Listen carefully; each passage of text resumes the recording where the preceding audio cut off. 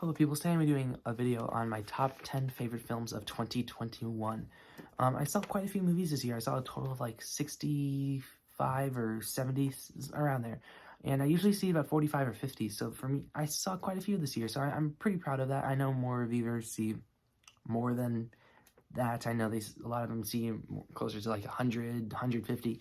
So, but I'm in school. It's kind of 70 is like a good number for me. So yeah. Anyways, so that means I also have quite a few honorable mentions. So I'm gonna go through them pretty fast and do a 2 or 3 sentence review of them real quick, and then so I can get into these top 10. First honorable mention: Power the Dog. Great, just such a well-made movie, and cinematography is top notch. The production of it was just it was just really well made. The cast, Benedict Cumberbatch, phenomenal.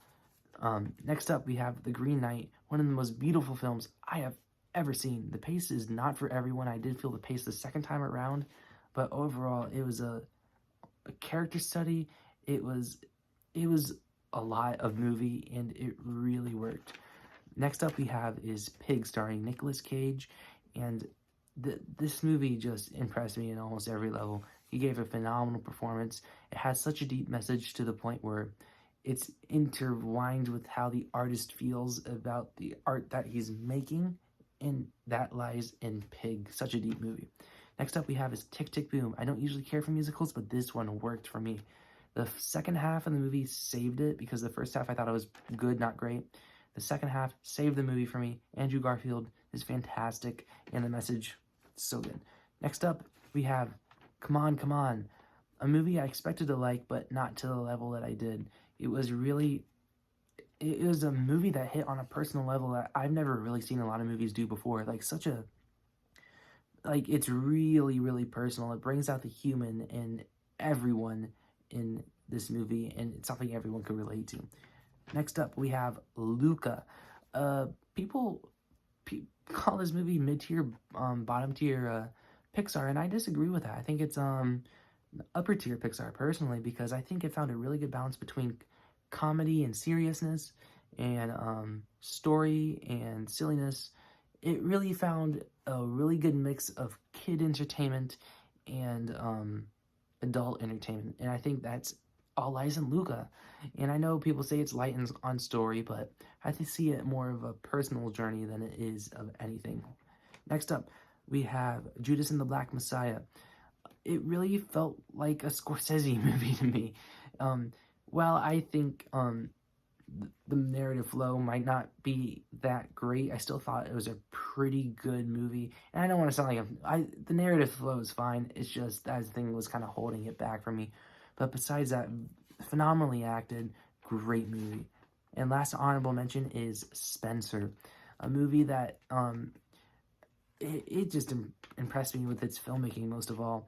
The cinematography, the score by Johnny Greenwood was so good, one of the best of the year. Kristen Stewart, phenomenal performance. It's one of those performances, if you did not know how their personality was outside of the movie, you would have thought they were just acting like themselves in this movie. There's very little performances that did that this year. And yeah, now let's get into the top 10. My top 10 personal favorite picks of 2021. Number 10 is King Richard. This is a 2.5-hour sports drama. That should not be my number 10. 2.5 hours should sound way too long, but this movie is told in such a way where details matter. Well, details are put in place to have those emotional impacts, the real feel to the story. And there's some footage played in the credits of this movie, and it really boosted up my score from like 8.4 to 8.7, and that's a big jump, at least for me, for credit clips, because it really points out the attention to detail that this movie had in trying to make its accuracy of its story. Will Smith, phenomenal in the movie. One of the best performances of the year. He embodied the role. And yeah, it was a movie that, although it could have stuck the landing a little and be a little bit more memorable, I thought, but minus that, those after real life footage was shown, I was just really moved by that and thought, this movie's pretty good. So yeah. Next up, number 9 is The Suicide Squad. A couple months ago when I first watched this would have been like number 2 or number 1. But upon rewatch, I did not like it as much as I did the first time. But that's a very James Gunn thing I noticed. His movies, while are fantastic first time watches, they do decrease a little bit second time. But he still hasn't made a bad movie. So that's not to say that I didn't like it the second time. It's still number 9 out of the 60, 70 movies I saw this year. So it's still a great superhero movie. It's funny. It has the action. It's one of the few comic book movies this year where it didn't have a single bad shot of CGI. I thought the score was pretty solid. Yet the action sequences are so much fun. The movie is just so fun. And it uses the R rating to the extent where it just makes it 10 times more enjoyable. It brings the blood, it brings the laughs, it just is James Gunn's mind baby, and that is The Suicide Squad. Unleashed, not hold back, James Gunn. Number 8 is a movie I did not expect to put on here at all. I watched it recently. I have not done a review. Well, if you follow me on Letterboxd, you will probably know what it is, and that is Koda. When I went to go watch this movie, I had a free trial for Apple TV Plus. I was like, let me go watch Koda real quick.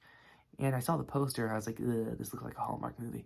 But then I watched it, and I was like, this is one of the best movies of the year. Because it was. Koda impressed me with its... Like, it wasn't... Like, yes, it had some Hallmarky moments, but overall the movie was not Hallmarky. And I don't know if it's because I am, like, the age of the characters, and she's, the lead in the movie, she's in chorus, I'm in band, and, she's in a family that does not know much, they're deaf, and she can't express herself, like, the way that she wants to through chorus to them because they're deaf, and that's very close to me because I'm the only one in my family that likes movies to this extent. Like, I don't think anyone in my family, minus my grandpa, who's seen Spiderman and James Bond. Spoiler alert, they're both on the list, but you knew that. My grandpa saw Spider-Man and James Bond, and besides that, like, no one in my family really, really likes movies to the way I do. And so to have Koda come in and bring that message, have it in the age range, bring the comedy, and just be that touching. The best scene of the movie, it's not really a spoiler, but it's where she's singing for her dad, and one of the best acted scenes of the whole year, and just so good. Number 7, I did not expect this movie to be on my list until I saw the trailer. I saw the trailer to this movie, I was like, I really like this. And then I went ahead and watched this director's other 2 films that he did, and I was like, I think I'm gonna like Don't Look Up quite a bit. So, and I did, because Don't Look Up was an absolute blast. I've watched it 3 times now, and it's been out for about a week. And I get the movie's not for everyone. Not everyone's gonna like this movie. Obviously, look at the Rotten Tomatoes score. But Don't Look Up just clicked for me in almost every way when it comes to its comedy, the political satire, and not everyone's gonna like it. And I get it. I get it if you don't like this movie. But this movie is just one of those ones where it's like, it just really clicked for me. And yeah, maybe it's my state of mind right now with the whole coronavirus of what's going on and the Omicron variant and my views on that. But to watch this movie just kind of reinstate how I feel about everything and be funny at the same time. Have a phenomenal cast starring so many people. And yeah, I don't even want to get into how many people are in this movie. But overall, yes, it's on the long side, but honestly, it's such a, whether you like it or not, Adam McKay is auteur, because you can tell when you're watching one of his movies. And so it's such a vision where you'd rather have that time that you think the movie shouldn't have than lose it. So yeah, there's things I'm like, yeah, you could have cut that fell flat, but it's such a director's vision. I'm like, why not? So I love Don't Look Up. Next up, number 6 is a movie not a lot of people are talking about, and I'm gonna speak for it, and that is Mass. I was blown away by this movie in every way. I was expecting it to be like an honorable mention because of what I heard about the movie, two sets of parents in a room the whole movie. But it was legitimately one of the most intense experiences of a movie I've ever seen in my life. To have these parents stuck in a room and you literally just watch a conversation for them for an hour and a half. And it's such a breakdown of everything, like not with society, but like it's just trying. It really is like the stages of grief shown in the movie, and it was just so well done, and the acting across the board, everyone was giving phenomenal performances, and if you're not at least shedding a tear or two in this movie, you don't have a soul. Sorry, just kidding. Next up, number 5, a movie where I felt like everyone's forgotten about it. Quiet Place Part 2. I love the first movie, and I like this movie even more.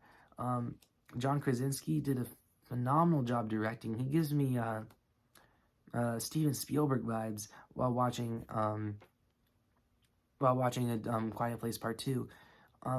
It's just, I'm one of those movies, once you watch it the first time, all the intensity is gone.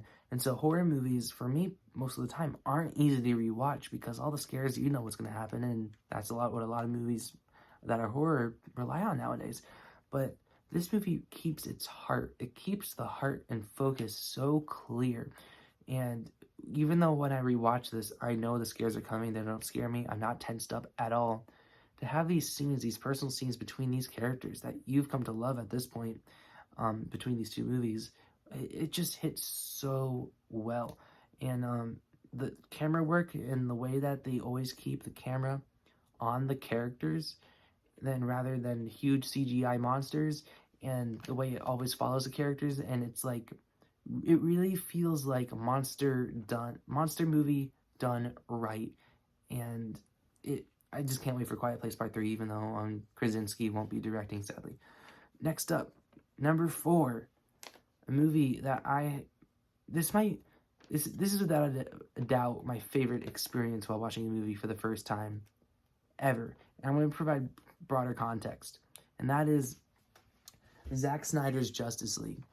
And while, like I said, it's not my favorite movie of the year, and it's pretty close, it's number 4, I'll explain to why this is one of my favorite viewing experiences of all time. Obviously, I have about 400 subscribers. I am not going to have, a huge press saying, Jonathan, can you watch a movie for us? I don't get screeners that much. Like, I've gotten 2. So, not Quiet Place. Zack Snyder's Justice League is one of them, because on Twitter, I saw Snyder posted something about sign up, and I'm like, okay. And so I signed up thinking I'm not going to get it. Then a couple days later, I'm like, you can watch it about a week early. So I gathered all my friends. We watched it on an 80-inch screen. I was blasting it. It drove my parents crazy, but I was like, this is such a big deal. And it was one of the most enjoyable experiences I've ever had. And I'm glad I watched it when I did, because 2 days after I watched it for the first time, they released a final trailer showing all the goodies in the movie, and that really irritated me. But and my reaction blew up on my channel. People were accusing me of being paid by Warner Brothers because they paid me to see it early. Thanks, guys. But it really was quite a special experience. And now let's talk about the movie. It took everything about the original and just made it 11 times better. And at first, I took a risk. I watched the theatrical cut the day before I watched the Snyder cut, and I remember thinking to myself, this is either going to make the Snyder cut worse or better, and it made it better, because watching the same movie twice and watching a 4-hour cut of it versus a 2-hour cut of it shows how the details are so important. Because yes, this movie's 4 hours. Yes, it could have lasted maybe 30 minutes. But like I said with Don't Look Up, this is a director's vision. It's his art, and that's my taste. I want to see filmmakers give what they want to give. I don't care if it could have lost this. If it's what they wanted, it's what I think the audience should get. And so when you look at like some of my favorite movies of the year, it's, yes, this movie, Zack Snyder's Justice League, is not really on the most technical terms possible. It's not the fourth best movie of the year. Out of the 60 movies, it's probably like in the in the teens or 20s. But to see a movie come together like this, give me the service I wanted to get as a fan, and be such a clear-cut director's vision.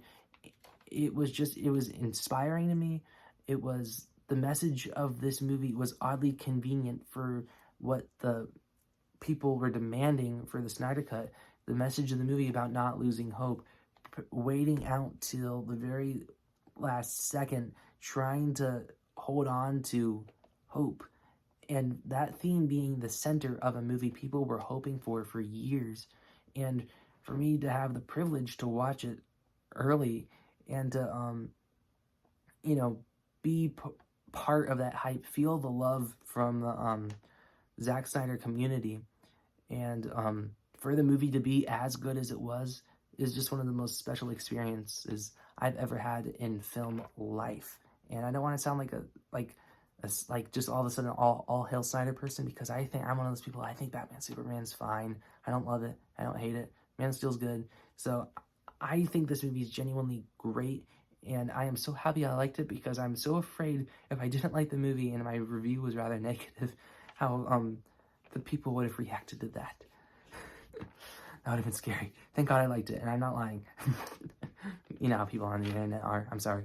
Okay, number 3, No Time to Die. I don't know what to say. What is it about me jumping on a bandwagon late and liking the new one the most? I don't know. That's what happened with Mission Impossible, and that's what happened with James Bond. I watched all 5 James Bond movies, and all the first 4, and then I watched this, and I walked out of this one, I'm like, No Time to Die is my favorite. And at first I was like, I'm the only one that thinks this is because I first saw it in theaters, but then I saw a select few people say that this one was their favorite as well.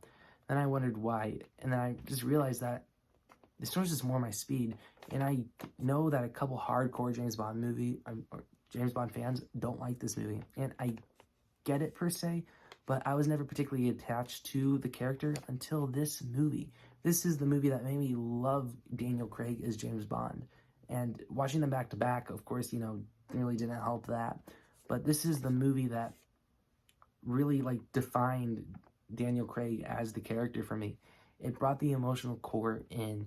It could have gone some directions that felt cliche, but it had its own little it had such a personal feel to where things didn't feel cliche to me. They felt human, real, and that just made the action in this movie so much more intense. I was so tensed up while watching this for the first time, to the point where they cracked a joke. I was actually relieved that they did so. That's comedy and action done right.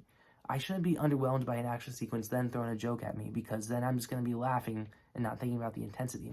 What Bond did was having a intense sequence, then me loosening the tenseness in my body by a joke here and there. So I think it's comedy and action done right. It's heart and action done right. It's human and action and done right. And I could not get enough of No Time to Die. Coming in at number 2. Well, number 2 and number 1 they're tied. I'm sorry.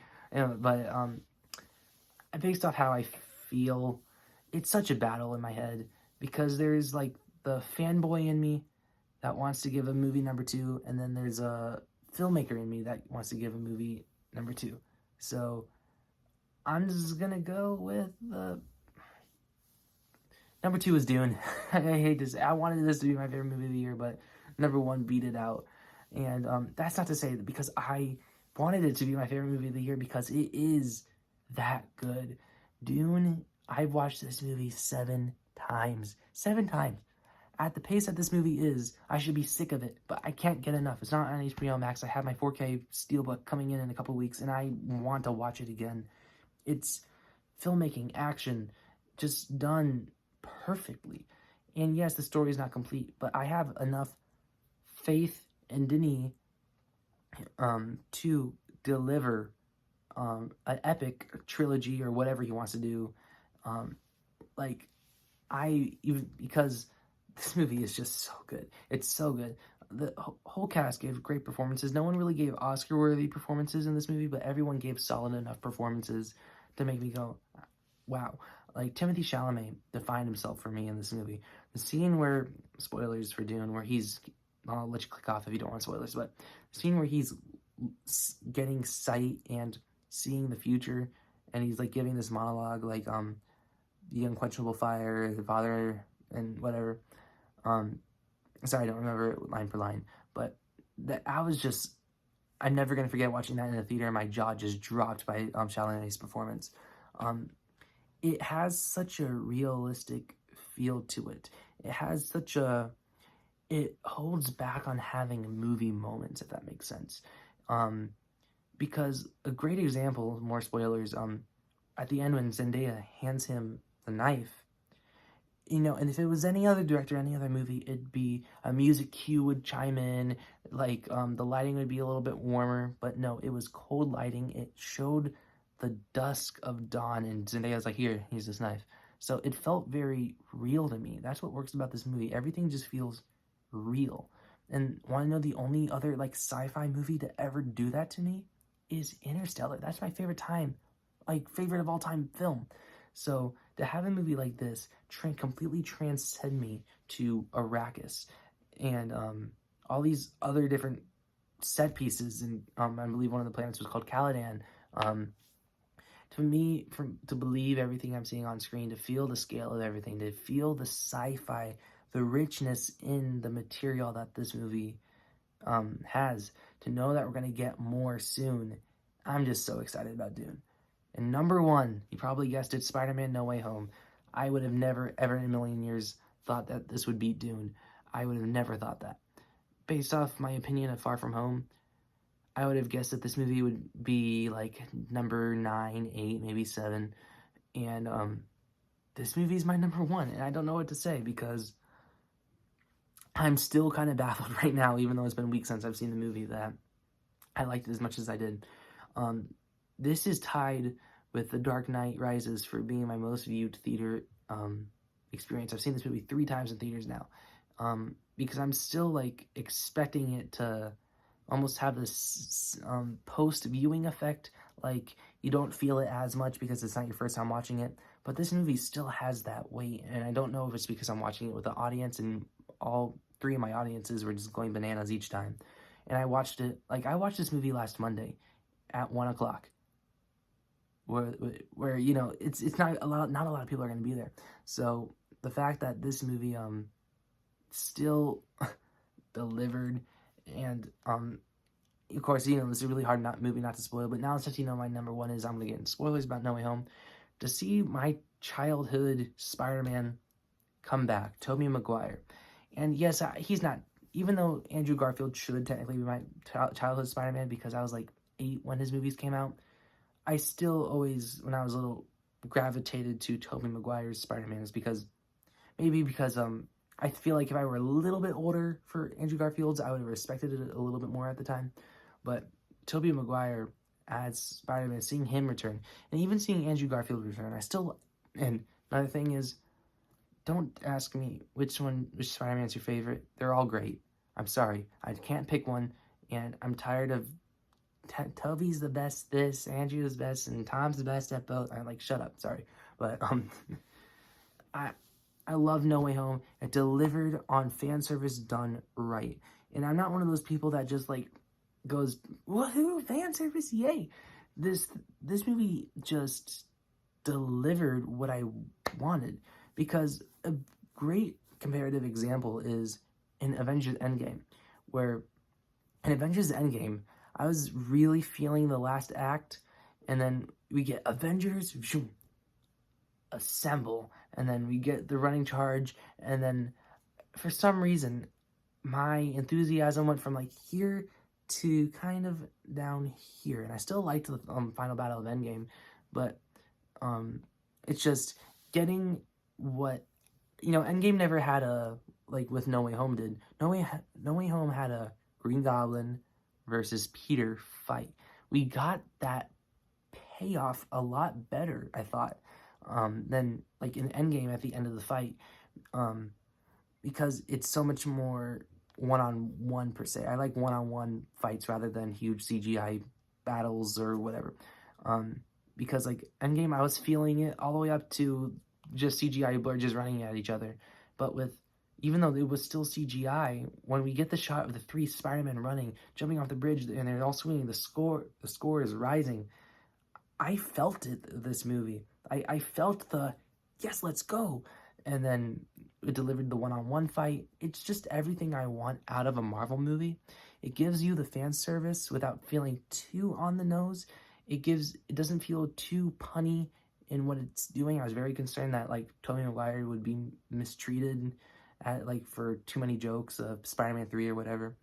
But to see the fan service done right, to get those emotional beats, it still felt creative enough to try something different for this Peter Parker route rather than just trying to grab all this other stuff from other franchises and just leaning on that the whole time.